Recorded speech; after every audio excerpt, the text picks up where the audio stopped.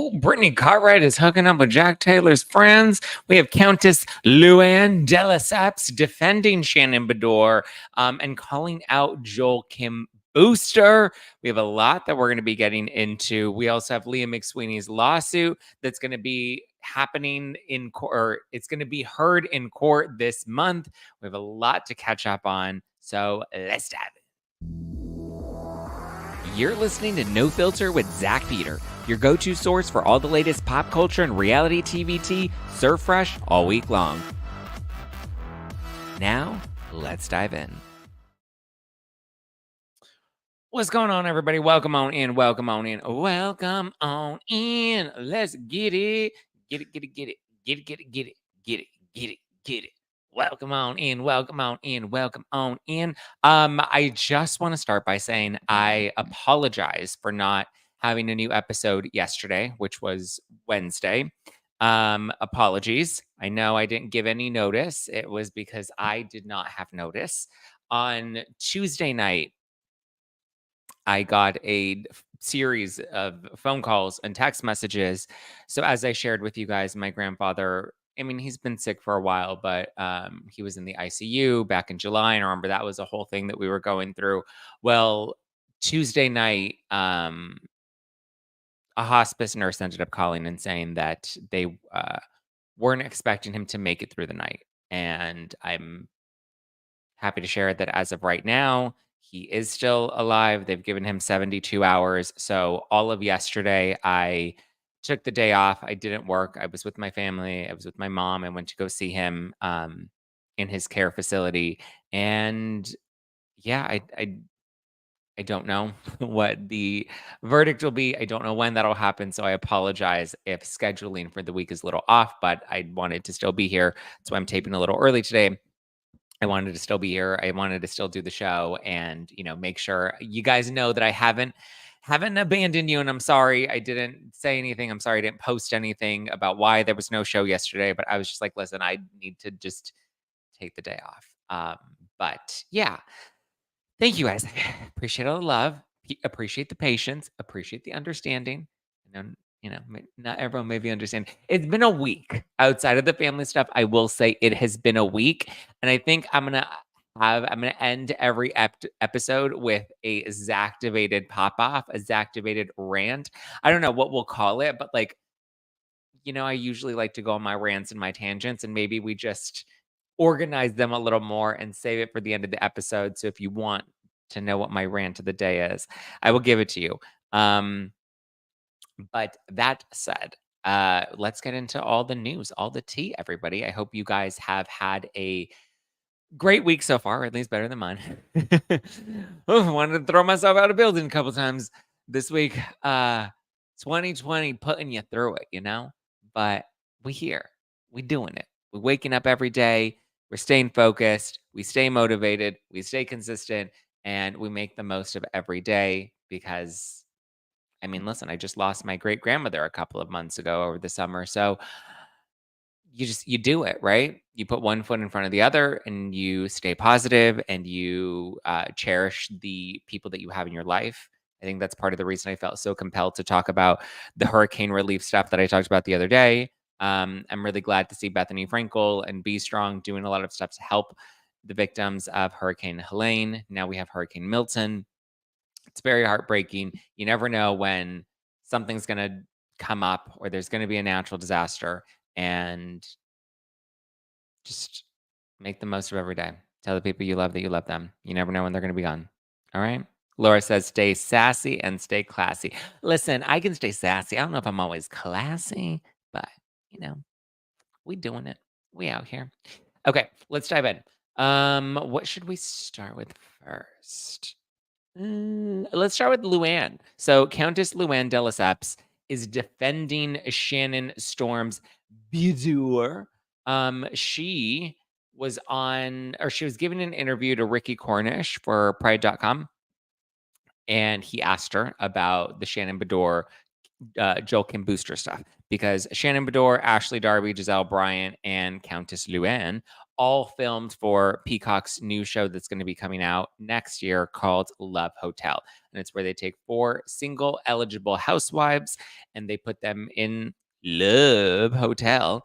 And I guess we're going to see them date. We don't know the premise of the show necessarily, but we know that the 4 of those ladies will be in this Love Hotel. But Joel Kim Booster outed himself as the host because he went on a rant, a tangent where he dragged Shannon Beador, saying that she's a terror to work with. She's, I think he called her like a pitiful drunk or something. Said that her daughters are just as terrible as he is. Like, just went on this tangent on Instagram Live and then posted a series of Instagram stories, being like, I don't care. They're going to make me take this down, yada, yada, yada. Shannon then responded at her live show, I believe over the weekend, Saturday, if I'm not mistaken. So Bad It's Good with Ryan Bailey posted it on Instagram. The clip of Shannon responding to Joel Kim Booster, basically saying, I was really confused. I don't know why he was dragging me online. He was so sweet to me. I loved working on this show. All the crew members, everyone told me that I was actually a delight to work with. So she said she was very confused as to why he went on this whole tangent. Well, now Ricky Cornish just asked Luann about it, and Luann says that she, one, thinks that what Joel did was completely or was totally inappropriate, but she also acknowledged that he apologized. He felt really sorry about it, and Luann says, let's hope that he's learned a lesson. So it seems that he has definitely, I don't know. Do we think that he actually apologized? I feel like he probably apologized because the network made him. They're like, you need to make it nice. You need to say sorry to her. But Shannon seemed very confused about this. Like I said, I've heard some stories about Shannon, how she can be a little challenging or difficult to work with. I don't think she's like mean and degrading to people, but I do think she probably has tantrums or like fits that she throws, right? If she's not happy with something. We've kind of seen it, right? Last season when she's like, you can't air this, you can't show this. Remember when she was dressed up as Gina and she had the bad hair extensions when they had the party where they were dressing up as each other last season. So I feel like we have those moments of Shannon where she kind of has those spiral moments and she gets her finger up in the air. So I feel like she has that. We've seen that side of her on reality TV. My thing with Housewives and them being terrible behind the scenes is like, if they're terrible and they're on Housewives for a long time, then we're gonna see it on the show. So I feel like whatever happened with Shannon Beador, we've already seen it, right? I feel like we had to have there has to be a side of her that like whatever this side that Joel Kim Booster was referring to or that people have referred to in the past, it's not like an actress, right? Where when you're an actress and you're in front of the camera, you're performing, you're delivering a character that's not who you are, right? So when you're a bitch behind the scenes, that's a little bit different. But with Shannon Beador, her like these women aren't that different on camera versus off camera. I guess they can be, right? Like Crystal Minkoff was really different on camera versus off camera. I, I don't know. I just don't think like I don't think she's that bad as he described her. I'm sure she's not ideal, but who knows? Who knows? Who knows? But that's Luann definitely seems to be um, coming to the defense of Shannon Beador. So we at least have that. She didn't really seem to want to touch on it much more, but Ricky asked. She gave us an answer. Yeah. Laura says, I can see her being difficult. Yeah, but like a lot of like, what do we consider difficult? Lori says, I forgot Crystal Minkoff was on the New York. She was on the New York? She was on Roni? Interesting. Okay. So Us Weekly also released and revealed that they are going to be, or not that they are going to be, but they released their reality stars of the year. And some people are a little taken aback by the choices. But let's go through them and let me know what you think of these choices. So they put together, I believe, is what, 11? Let me see. Yeah. Top 11 reality stars of 2024. Let's get into it, shall we? And who got snubbed. Um, So let's see. First up, we have Jen Tran, the woman in charge. Dancing with the Stars and The Bachelorette. I don't watch The Bachelorette, nor do I watch Dancing with the Stars. After being named The Bachelorette's first Asian American lead, Tran engineered another first and did the proposing to her final choice, Devin. As we know, he later changed his mind and ended things on the phone. What? Should we be watching The Bachelor? This sounds crazy. Okay. Then we have so we're what she got done wrong, and so that's why everyone's rallying around her.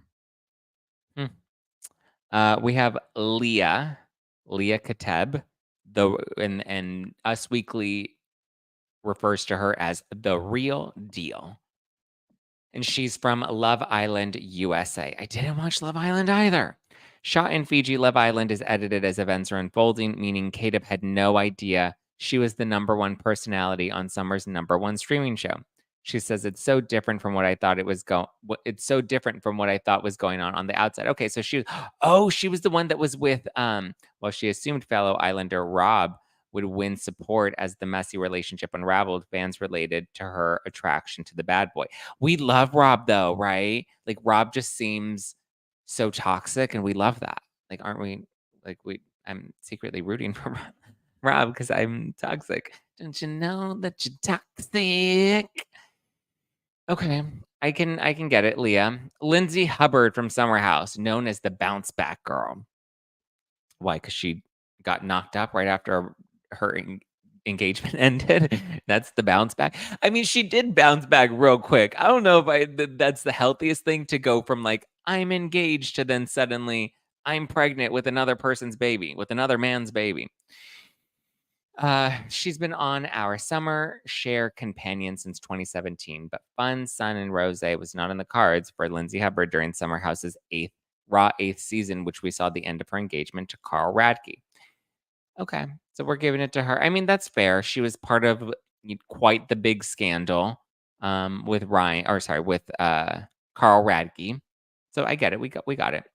Kristen Doty, the encore performer. Interesting. They have her listed as the Valley, as the star from the Valley, but she was also on Amazon's The Go.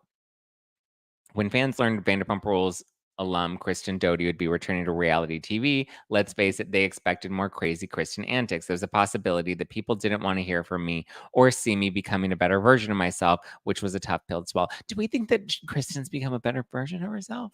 I feel like she's still pretty Kristen. But Doubter saw a surprisingly zen woman in her 40s, barely, she's 41 now, no longer engaging in the drama for the hell of it. I'm such a truth bomb that what I'm trying to learn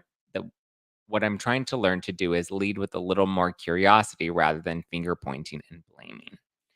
In the Valley's freshman season, I showed a lot of restraint that viewers probably weren't expecting. Did she show restraint?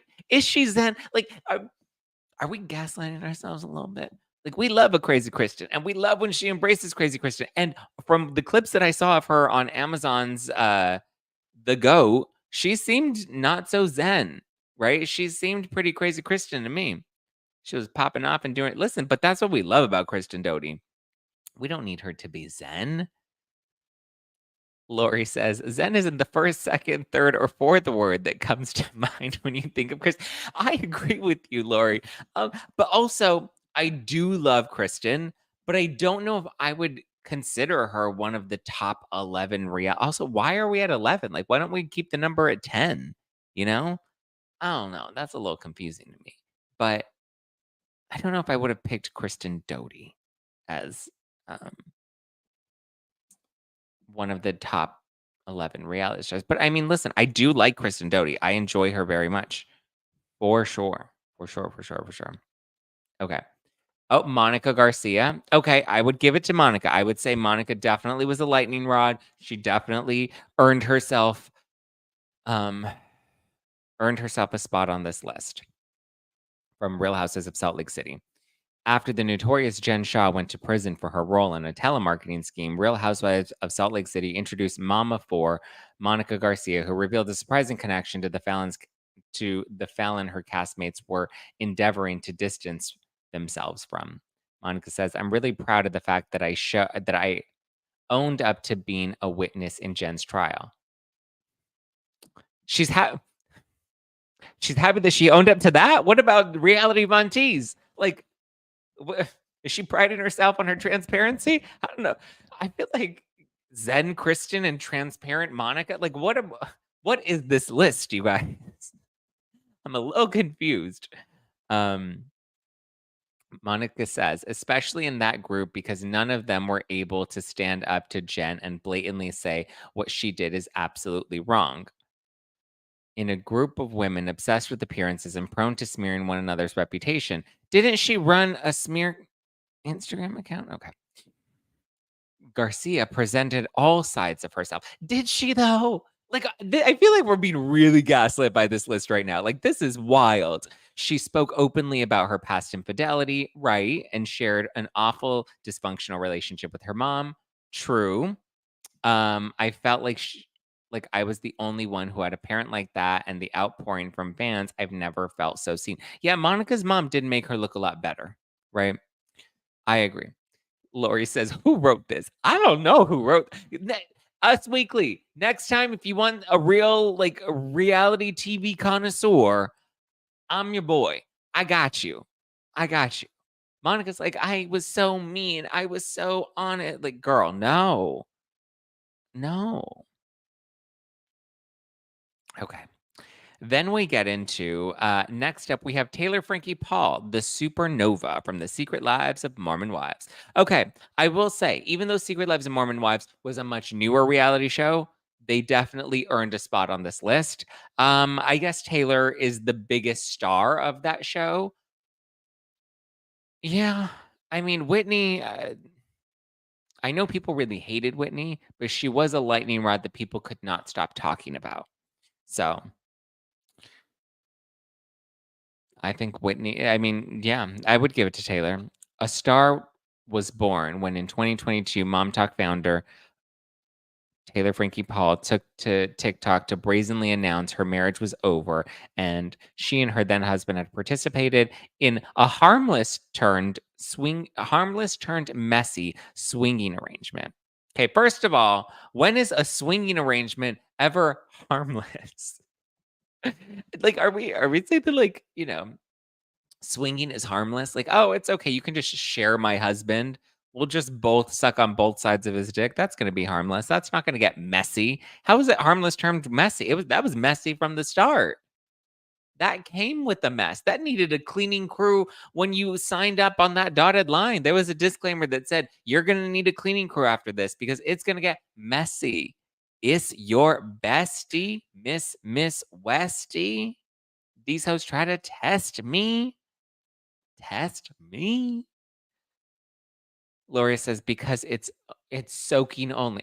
That's gross. Like, the term soaking, I think, is even gross as well. Like, I just it just doesn't sound cute, right? I don't know, maybe this is inappropriate to say, but, like, when I think of the term soaking, like, I just think of, like, a tampon, you know? Like, that soaks up stuff. Like, I don't know. Pamela says, "Just a swinging. Anyone remember that song?" Oh, I don't remember that song. What is soaking? So soaking is where, okay, so soaking is when, uh your husband will go inside the market, right? Because you wanna go grocery shopping. So he goes inside the market, but he doesn't finish the transaction. He just goes inside the market and stands in the lobby and just stays there. And so technically, he's not putting anything in the basket. He's not, going through the aisles. He's just standing inside of the market and nothing else. And so when he's ready to exit the market, rather than making the full transaction and swiping his credit card, there was no swiping of the credit card, no swiping at all. There was no movement of that credit card. It was just his wallet was perfectly still. And then he exits and nothing happens. Literally as exciting as it gets. No transaction. Lori says that's the most YouTube save answer ever. Well, I'm trying to not get flagged, you guys. I'm trying to not get limited in my, ad rev. Oh my god, your explanation of soaking is hilarious. Thank you for the laugh. Well, I was trying to make Pamela says, "Sounds strange. Why would he go in the market and not buy anything?" I don't know. That's a great question. Why are you going into the market if you're not gonna buy groceries? You know?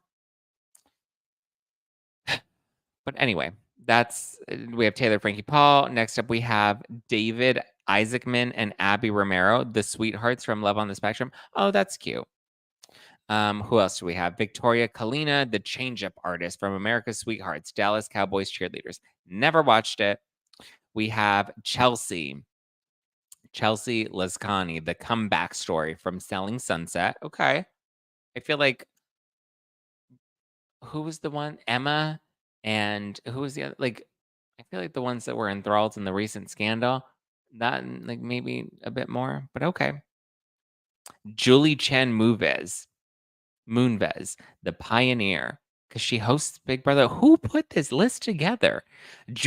First of all, Julie Chen has been the host of Big Brother for like 45 fucking years at this point. Why are we acknowledging her as one of the best reality? She doesn't even do anything. All she does is read a teleprompter. Even Alan Cummings, I mean, I didn't agree that he should have been host of the year, but even then he does better. Is that it? Those are the top 11? Interesting. And at number 1, I believe it's Kyle Richards. Kyle Richards has been resonating with fans since the beginning of The Real Housewives of Beverly Hills and is one of the last remaining OG housewives of Bravo. She shows no sign of slowing down. Yeah. I mean, would we say I've been called so many names, people weigh in on arguments on the show, even though they don't know the backstory. People have speculated about my marriage and my sexuality. I let most of it go, but sometimes you're like, come on, give me a break. Richards isn't the only celeb reality star making headlines. No, she's not. I mean, I guess because of the Mauricio scandal and the Morgan Wade, I'm gonna make you fall in love with me. But wasn't that last year? I'm going to pee my pants. Zach is on fire. Was this random select? I don't know. I feel like it was like one of those bingo things, right? Where you put all the names on the balls and then you put all the balls into the basket and then you spin it and you spin it and you spin it. And you're like, oh, here we go. But there are so many great. So Phaedra Parks should have absolutely been on this list. She was the breakout star of The Traitors. She was also on what else was she? She was on Married to Medicine. She's making a comeback to Real Housewives of Atlanta, but she was the star of The Traitors, and Traitors was by far the reality show of the year. Who else would we give it to? I mean, I feel like Lala Kent was a real lightning rod this year as well, that we could have given it to her. I know people don't like her, but I mean, when I think reality stars of the year, I think the ones that made like not everyone's favorites, but like the ones that made the most waves, right? Like Taylor Frankie Paul. She was the controversial one.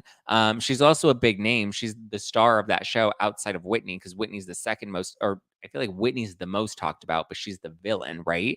Um, what other reality show? Like what? So we have The Traitors, which Alan Cummings. If we were gonna give it to Julie Chen Moonves, why didn't we give it to Alan Cummings? Like that would be in the same caliber. I would even say give it Ariana Madix, because she was the star of Love Island. Like she owned that show. Like Julie Chen Moonves is not the one we're gonna give that to. Who else could we have given it to? I definitely think Phaedra Parks. Kyle Richards, sure, because but I feel like the whole Morgan Wade stuff was so last year, and we didn't have a ton of like. I guess we kind of had to watch her and Mauricio and their separation on the show this year. Um, Kenya Moore made a lot of headlines. Portia made headlines with coming back, but I guess the show wasn't really airing this year. Monica Garcia, I agree with. Um, I mean, why isn't there? Well, I guess the Kardashians wasn't good this season, so I don't know. Just Ellen's outfits alone stole the show. Yeah. Ariana definitely, or Phaedra. Yeah, I think Ariana or Phaedra. I know Ariana was reality star of the year last year, but she could still be an honorary mention this year. Not for Vanderpump Rules. I mean, yeah, she was on Vanderpump Rules. She was the most loved on Vanderpump Rules. And she got Love Island. And she did Dancing with the Stars. Hello. Talk about reality star of the year.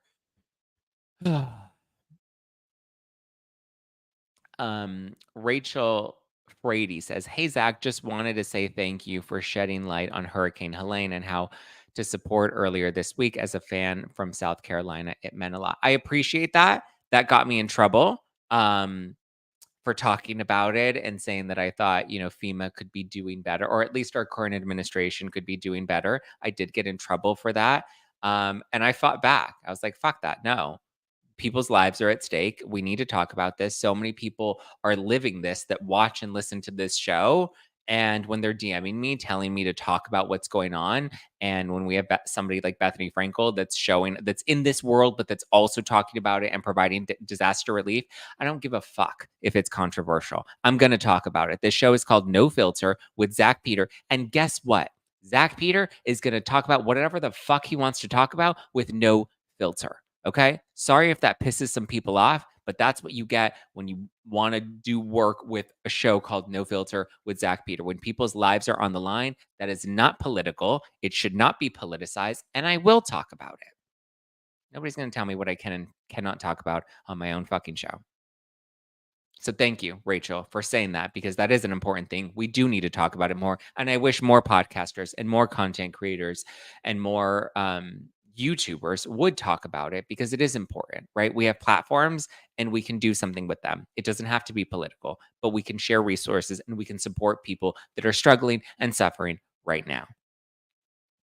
Period. End of story. And on that note, I guess that's a perfect time to shout out this week's sponsors, because these are sponsors that do not police what I have to say, because they know who I am. They know my integrity and they love my show, which is exactly why I'm happy to have them be sponsors of No Filter today. First up, my pals at Mochi. You know I've been talking about Mochi. Mochi is a telehealth platform that connects patients seeking medication-based weight loss treatment with board-certified doctors and dietitians to help them determine the best treatment options to accomplish that goal. Their program is completely virtual, meaning you can access their services anywhere in the US, and you'll be meeting with their team online. You deserve doctors that listen, just like me. I listen to you, and you deserve doctors that are going to listen to you as well. They're dedicated to providing holistic, patient-centered care that prioritizes overall well-being. Mochi Health takes a holistic approach to weight loss that includes visits with board certified doctors, nutrition consultations, and medication delivered to your door. It's science backed medications, including the popular GLP 1s like Ozempic and their other generic compounded versions. Everybody's raging about Ozempic. So if you're curious about it and you want to try it for yourself, you can use Mochi as an affordable and accessible way to access that, or at least access a doctor that can provide access for you, regardless of insurance coverage, right? With Mochi, their dietitians work hand in hand with your medication to create personalized nutrition plans that fit your lifestyle. Reach your weight loss goals with science backed, FDA approved GLP 1 medications, support from real doctors, and guidance from registered dietitians. Help with making it easy and sustainable with Mochi. They will help you make the changes to achieve the results that you're looking for. Get started at joinmochi.com. Mochi is spelled Mochi. Mochi. Go to joinmochi.com and use code NOFILTER to receive 40% off. That's code NOFILTER to receive 40% off. Oh, thank you very much. Thank you very much. All right. Shall we get back to the show? Because we got a lot more to talk about. Okay, what's next? We have Leah McSweeney's lawsuit. So a court date has been set for October 20th. So that's later this month. Leah McSweeney's lawsuit against Andy Cohen and Bravo. So here we go. It's happening. Andy and the network were trying to get it dismissed. Leah was saying, no, I don't want to get it dismissed. I want to see this. So she's claiming that they exploited her alcohol use disorder and that they knew that she was an alcoholic, or she has alcohol use disorder. So yeah, she wants to sue them by saying that, like, they knew that she was struggling and yet they had alcohol available on set and they encouraged her to drink, which, per my recollection, it wasn't that they were encouraging her to drink. They supported her journey to not drink, but she also began drinking several months prior to the show, her first season even going into production. So she had already been off the wagon. And from what I remember in her interviews at that time, she assured producers that she was in a good place and that she was all right. I mean, we've gone through this, right? We've gone through all the footage. We've looked at all the clips. We looked at her on Ultimate Girls Trip season 3, where she's encouraging the other girls to drink and she's saying they're boring because they're not taking shots. So, and you even see Giselle Bryant being like, we're not your show monkeys. What, we have to get drunk to entertain you? Yeah, not. No, thank you. So, yeah. Um, it is It is just wild, but it's moving forward. I don't understand how that is Andy's fault. Well, I don't understand how it's Andy's fault either. I think her point in bringing Andy into it, one is for press, right? Because if Andy's into it, if Andy's in the lawsuit, the press will pick up on it the way they did when she was making allegations against Andy. Remember, she was saying that, people were doing pasta in Dorit's bathroom behind the scenes at Watch What Happens Live, right? That and housewives get favorable treatment if they, you know, scarf down the pasta backstage of Watch What Happens Live. So that's kind of how she connected Andy was like, I guess, him being part of this toxic work environment, this toxic culture where substance abuse is normalized and promoted, yada, yada, yada. So I don't know. It's just dumb.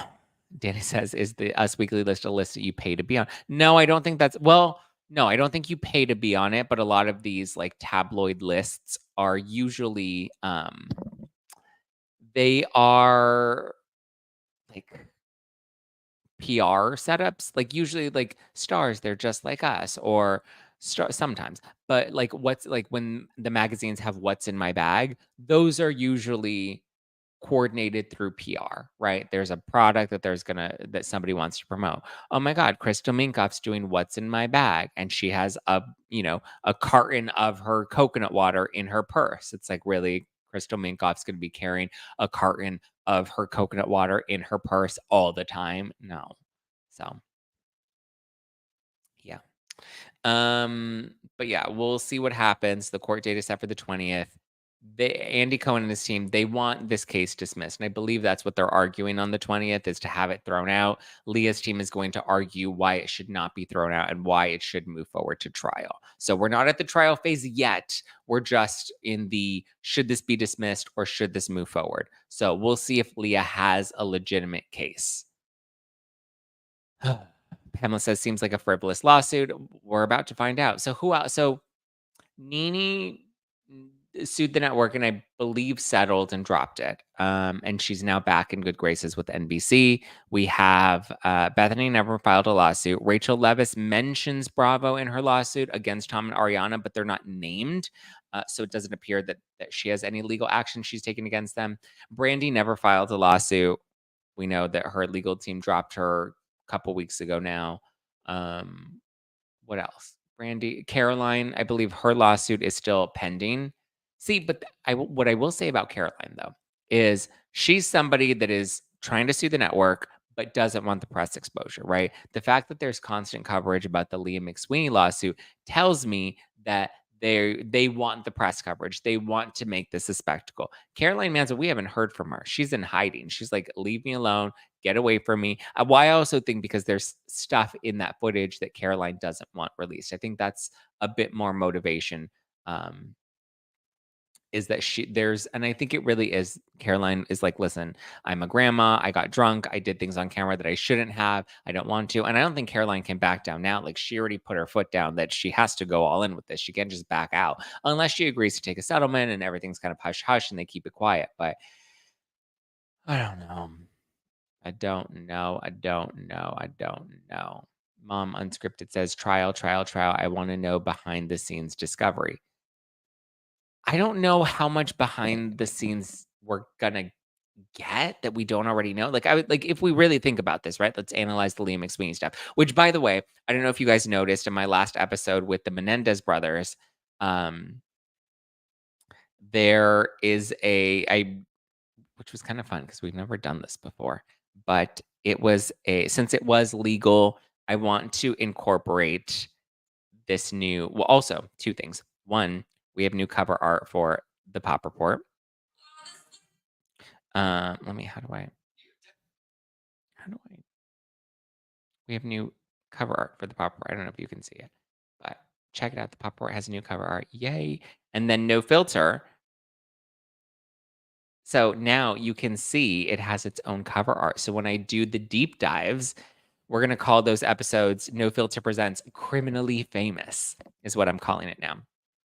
So, boom. Anytime we do these legal deep dives or we explore true crime or we explore like the Girardi stuff. And so, I like to, and I'm thinking of maybe trying to incorporate that into at least one of the days since we do this show daily. We're going to call these legal deep dives the criminally famous. Boom, boom. So we're now into the I mean, I'm thinking of making them dedicated episodes on the show, but at least for now, we're moving into our criminally famous. Well, I guess these are just lawsuit updates, right? They're not like the true crime or the trials yet. But when we cover those, I like it. Pamela says criminally famous and terminally unique. Oh, snap, snap. Danny Gossip Girl says, I love that the Pop Report. I love the Pop Report. Follow and subscribe. Clips, come on, guys, are great together. Thank you. Thank you. Thank you. Thank you. Love that moniker. Thank you, criminally famous. I came up with it myself. Um, Maybe I'll get into members only about how criminally famous came together because there is a backstory and I'm ready to talk.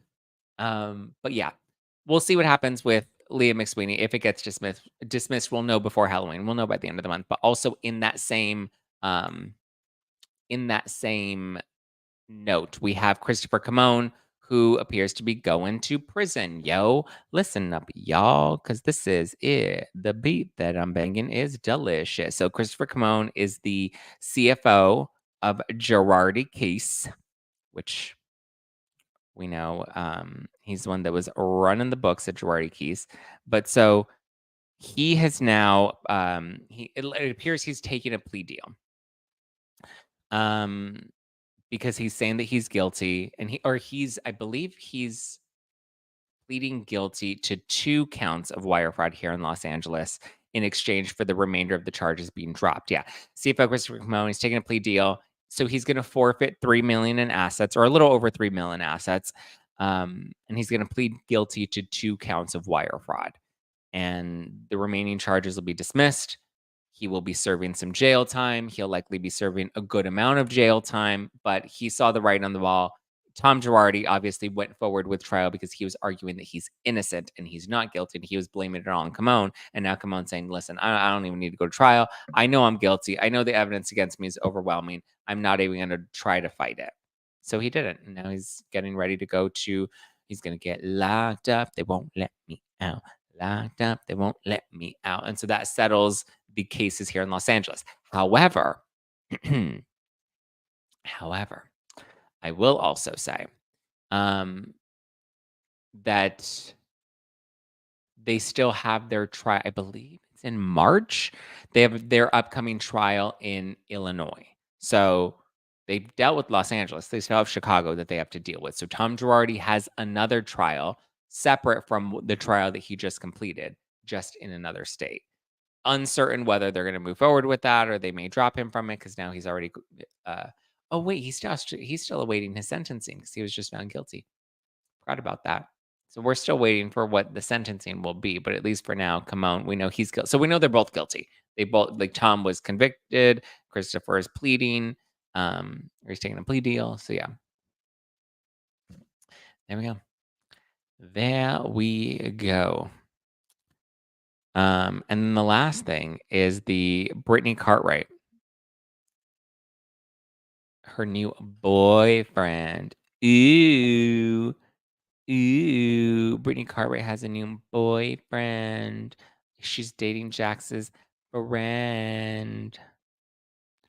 So I guess this will be playing out on the new season of The Valley, season 2. But so Jax's buddy Julian Sensley, who's a cutie, right? So Brittany and Jax separated. I believe the date of separation they put was back in January. So shortly after that, her and Julian started hooking up. Now, remember when it was shortly after that, like weeks later, or maybe even a couple months, Jax was talking about how "Oh, well, why don't you ask Brittany who's been sleeping next to her in her bed for the last several weeks?" And everyone was like, "Oh, is he claiming that they're still hooking up even though they're getting separated and now she's filed for divorce? Like, what's the dealio? What's going on?" You know? And I mean, I guess this is kind of like Katie when she slept with Max Boyens, who's Schwartzy's bestie. Um, but so yeah, they had a fling, a reported fling that's going to come up on the new season of The Valley. Apparently, it happened shortly after their separation, which is kind of wild, right? Like Brittany sleeping with Jax's friend right after they split kind of tells me that she's been over him for a while. They are also incestuous on that show. They really are. They all just sleep. Well, we haven't really seen Julian on the show, like maybe in the background, but like he's not like a main figure on the show. But yeah, when did Jax tweet that? Um, you may want to ask Brittany who she's been sleeping with for the past 4 months. Yeah. And so everyone thought that, like, oh, it was probably, Jax is alluding to Brittany sleeping with Jax, like they're still hooking up. But nope, it was Julian, which, who? He's, who? Is that like, are we mad at Brittany for that? Or are we like, you go, girl? Like, I don't know. How are we feeling about this? Because I'm like kind of torn. Because part of me is like, well, good for her. But then another part of me is like, is it not really a good look if you're already hooking up with somebody else? Oh, he doesn't even, does he have an Instagram? Let's see if I can find him on the Instagram. Julie, no, he's not on Instagram. Well, damn. I was hoping we could troll his Instagram, or not troll it, but like stalk it a little bit and be like, ooh, let's get some tea. Over Jackson under someone else. Yeah, that was fast. Looking him up now. See, we're all trying to find his Instagram. It doesn't appear that he has an Instagram. Do you think Lala's mad since that was her dude? Oh, that's right. They had a thing. Oh, what if that's part of the reason Lala and Brittany were fighting? Remember, Brittany was like, it's because you called my mom and you were mad that we took your nanny. But we can take your nanny because you took my man. Love. Pamela said he's a basketball player. That's what it says on the Google. Um, let's see. Let's see what we can. Yeah, let's Google him. Julian Sensley. Is he a basketball player? 42. Oh, I guess they're all old, right? Like now that we think about it, like they all old. Oh, he does have an Instagram. No, he doesn't. Does he or doesn't he? Did he delete it? Did he deactivate it? Am I blocked? Why would he block me? Did he deactivate? It shows that he had an Instagram. Okay, can you guys look him up and see if you find him? Because he wouldn't have you blocked. I would understand why he would have me blocked.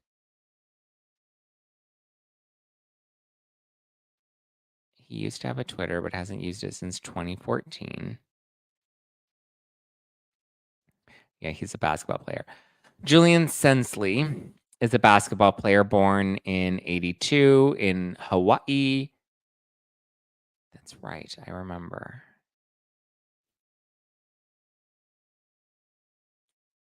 Oh, okay, okay. Let's not do that. That was somebody else that I guess tagged him in a photo. Julian Sensley. Yeah. His name is his Instagram is julian.sensley. But for whatever reason, when I click on it, I can't access it. So I don't know if I'm blocked or what. He does seem like Brittany's type. She loves herself some chocolate. He's more of her type. Does she like chocolate? Because I feel like I see one IG account with no pics and 4 followers. I don't think that's him. His Instagram is at Julian JULIAN Sensley SENSLEY. Maybe he deleted his account or took it down when the story broke. He's a cute dude, right? Definitely a cute dude. So he's a good looking guy. Yeah, for sure. I'm sure Brittany was enjoying the hell out of him. And I'm sure he was enjoying the hell out of her. And good for them. Right? Good for them. She was secretly hooking up with Jax after the separation. And then it all came out. No, I can't Instagram. Okay, so if nobody can access his Instagram account, it means he must have recently deactivated it because he had an Instagram account. It was active. Um, yeah. According to page 6, Brittany and Julian only hung out privately and their romance is now over. So it was short lived. Oh, he now has a fiance. An insider tells page 6 that Sensley and now fiance had been off and on and were going through a rough time when he and Brittany were intimate. What? It sounds like they were cheating on each other, or we're not cheating on each other, but they were using each other during their entanglements, being like, listen, our partners are doing their own thing and they crazy. So we're going to come in here and we're going to get ourselves into a little entanglement. Maybe Brittany isn't as far off from Jax as we thought she was. Hmm, hmm, hmm, hmm, hmm, hmm, hmm. I don't know. What a soap opera. No kidding. It is a soap opera. Everyone's just like all over each other and sleeping with each other and doing the damn thing. Oof. Okay. Well, that's all the news I got for you. Um, yeah. Should we get into my rant of the day? I mean, I guess I kind of gave you my rant of the day already, and that was that this is my show. It's called No Filter with Zack Peter. You're always going to get No Filter with Zack Peter. My show is not called Bravo News Daily. My show is not called What Shannon Beador is up to this week. My show is called No Filter with Zack Peter. Yes, I talk about pop culture and sometimes current events dip into pop culture. Nobody's going to tell me what I can talk about on my own show. Nobody's going to police me. And if there are concerns about what I discuss on my own show, then we can have a conversation about that. And we will have a conversation about that. But what we're not going to do is send me a flood of text messages trying to tell me why I shouldn't be turning myself into some Joe Rogan style show when my show has always been commentary. I've made it very clear. I'm not a reporter and I'm not a journalist. I'm a commentator. I am a podcaster. I've said that from the beginning. And if there's anybody that wants to represent me and be on my team, then they need to understand me. They need to understand my show because if they're going to be benefiting from my show and they're going to be collecting a paycheck on my behalf, then yeah, you're damn right. You better understand the brand. There is no change in my brand. My brand has evolved over the years. However, my brand has always been very consistent. The show has always been called No Filter with Zack Peter for over 9.5 years now.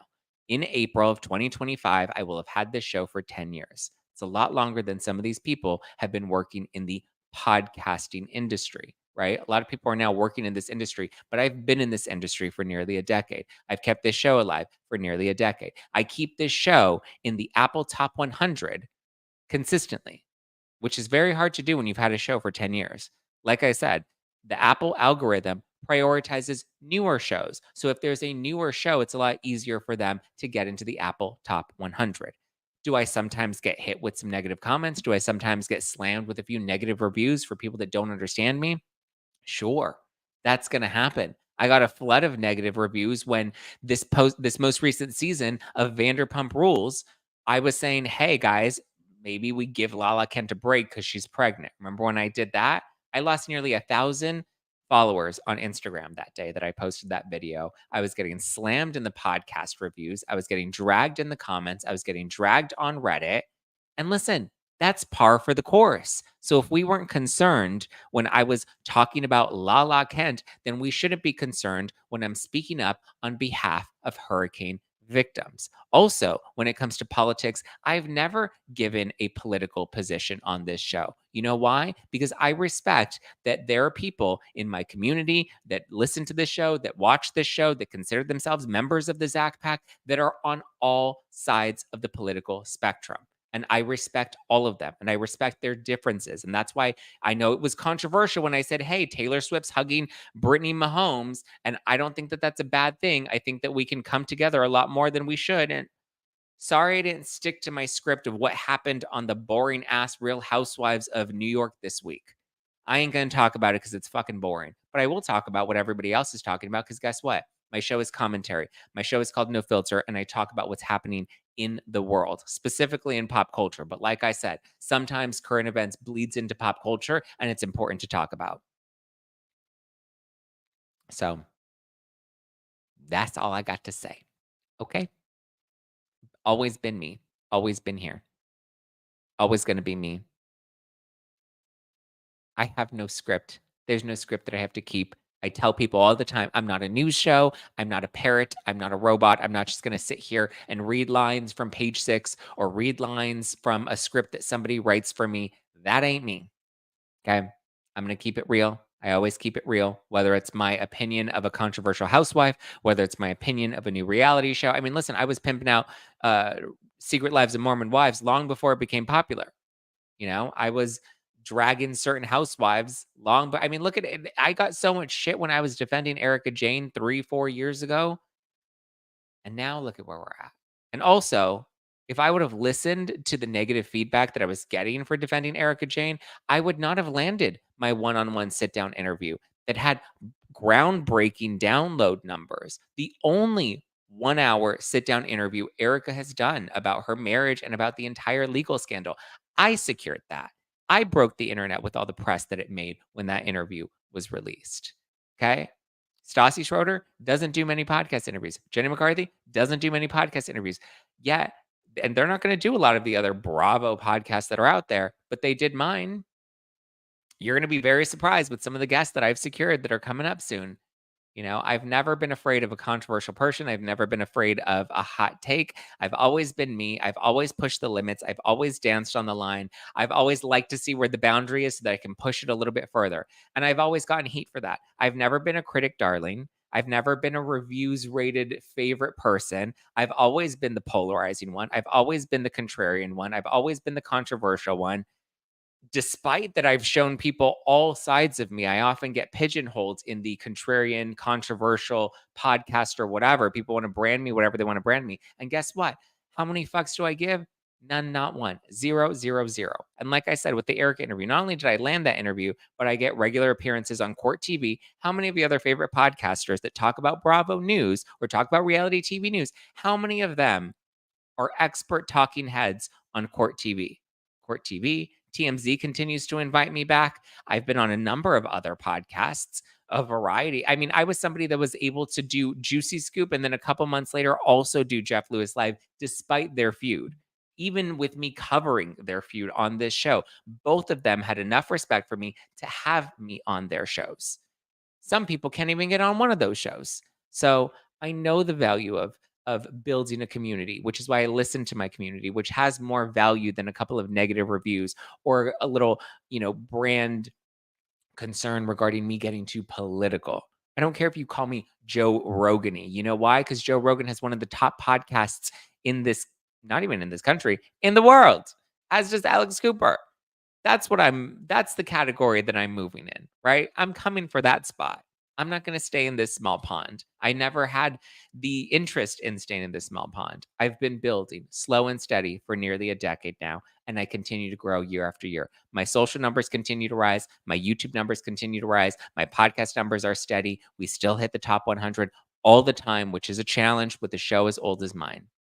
It is what it is, and this is where we are.